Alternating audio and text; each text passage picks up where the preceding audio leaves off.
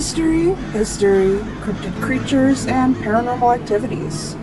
This is the Creeps and Crawls Mystery Hour podcast, and I'm your host, Creeps. Today's murderous episode has been covered a lot in the media, from photos, journals, paintings, and even multiple movies and talk shows, as well as podcasts. It was one of the biggest travesties of its day and age, and could be considered one of the most gruesome series of murders in the 1960s. The Tate LaBianca murders, or better known as the Manson murders, were a series of murders, take a drink every time I say murder, I swear, that were planned and carried out the 8th to 10th of August 1969 in good old LA. And these murders were carried out by Tex Weston and Charles Manson. There were 5 murders in question on the specified dates. Now let's be serious. While it has been covered in media, there is a lot we still don't know, like why. But we do know the how, the when, and a possible speculation. The 5 people who were murdered were pregnant actress Sharon Tate, Wojciech, please forgive me if I said that wrong, I found many pronunciations during my study, Frykowski, Jay Sebrig, Abigail Folger, and Stephen Parent. After these 5 died, they went on to murder Leno LaBianca and his wife Rosemary at their home in the Los Feliz section of LA. On the night of the 8th and 9th of August, 4 members of the Manson family, Watson, Susan Atkins, Patricia Krenwinkel, and Linda Casbian, drove from Svan Ranch to 10050 Celia Drive in Benedict Canyon, the home of Sharon Tate and her husband, film director Roman Polanski. The group murdered the 8.5 months pregnant Tate and her guests named earlier in the episode.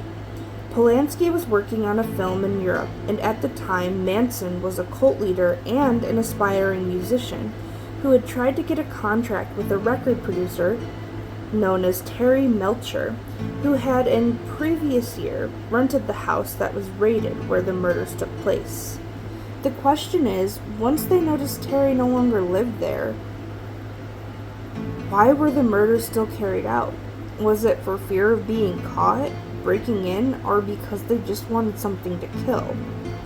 And after this murder, the next night, Manson, Leslie Van Houten, Steve Clem Grogan, and 4 people from the previous night's murder committed the additional murders. Manson alleged that he had shown them how to do it, after they considered various options. Casbian drove the group to 3301 Waverly Drive in the same district of LA, and left with Adkins, and murdered the other 2 early in the morning, with his crew in tow. Now, an interesting fact about these murders is a group cut the phone lines and blocked their car there, and there was no possible escape. Instead of going through the regular gate of the home, they climbed the bushy embankment nearby and threatened the caretaker with a gun. When he started up to drive out of the house, the caretaker begged them not to hurt him, but Watson lunged at him with a knife, giving him a defensive slash and severed tendon on his hand, and cut his watch off, then shot him 4 times in the chest, abdomen, and then killed him in his white Ambassador coupe. They made their way into the house through a window screen, then cut open, and Watson came in and kicked Frykowski in the head and told him, "I'm the devil, and I am here to do the devil's business." And on Watson's direction, Atkins found and brought all 4 house members together. All were forced into the living room. Watson then tied Tate and Sebring together by the necks with a long nylon rope, which he then threw over one of the living room ceiling beams. Sebring protested, but that only got him shit. Folger was taken momentarily back to her room, where she gave the murderers $70, and during this time, Sebring was stabbed 7 times. Frykowski's hands were at this time bound with a towel, but he had managed to free himself, then struggled with Atkins, who proceeded to stab him in the legs with a knife. He fought his way out of the front door, but Watson struck him over the head with his gun several times, then stabbed him